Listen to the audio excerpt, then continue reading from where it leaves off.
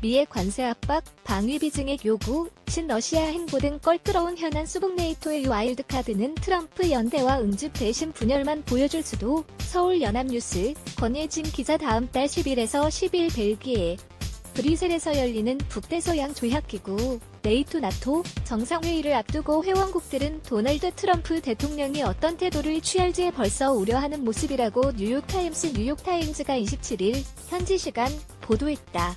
러시아의 새로운 위협 속에 연대하는 모습을 보여주고자 하는 나토 회원국들로서는 트럼프 대통령의 예상치 못한 행동으로 이런 노력이 빗발할지 모른다는 우려가 있어서다.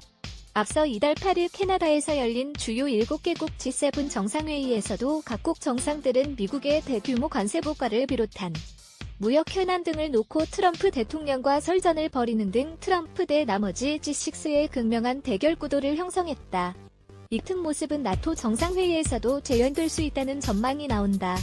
트럼프 대통령은 서유럽 국가들이 미국의 무임승차의 국방비를 줄임으로써 풍요로운 사회적 편익을 누리고 무역 분야에서도 유럽연합, EU이 미국의 관용에 기대어 이득을 취한다고 보고 있다. G7 정상회의에서 트럼프 미국 대통령과 나머지 정상들은 극심한 균열을 노출했다. AP 연합뉴스. 과거 미국의 나토 대사였던 더글러스 루트는 나토 정상회의의 진정한 결과물은 연대와 응집력인데 트럼프 대통령이 G7 때의 행태를 보일 가능성 때문에 이 결과에 리스크가 있는 상황이라며 이번 정상회의에서 분열의 상징만 나올지 몰라 우려된다고 말했다. 니콜라스 번스 전 나토 대사도 이번 회의의 표제가 나토의 러시아 봉쇄여야 하지만 트럼프 대통령이 푸틴 대통령을 위해 이 모든 것을 날려버릴지 모른다고 지적했다. 트럼프 대통령은 G7 정상회의에서도 러시아를 G7에 복귀시켜야 한다고 제안해 논란을 촉발했다. 평소 푸틴 대통령에 대해 존경심을 공공연히 드러내는 트럼프 대통령의 행동도 불안을 부추긴다고 프랑스와 이스부르 전 프랑스 국가안보보좌관은 지적했다. 그는 트럼프 대통령이 본능에 따라 행동하면서 나토의 이익을 희생해 가며 푸틴 대통령과 양자 협상을 하려 할 수 있다고 지적했다.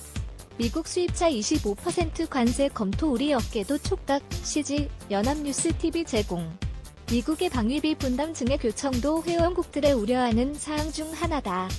트럼프 대통령은 나토 회원국들이 더 많은 방위비 부담을 져야 한다며 2023년까지 방위비 부담을 국내 총생산 GDP 대비 2%로 늘리고 국방비의 20%를 주요 무기 장비 구입에 할당할 것을 요구하고 있다.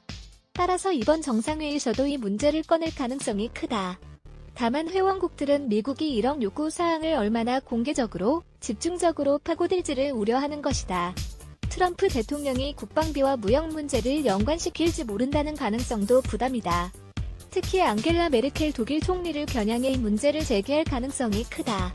독일 외교위원 회의단이라 슈바르처 위원장은 유럽산 자동차에 대한 관세 부과 가능성과 나토 정상회의로 독일에 대한 압박이 더욱 커지고 있다고 진단했다. 뉴욕타임즈는 나토가 1년간 준비한 정상회담에 와일드카드가 있다면 트럼프 대통령이라고 꼬집었다.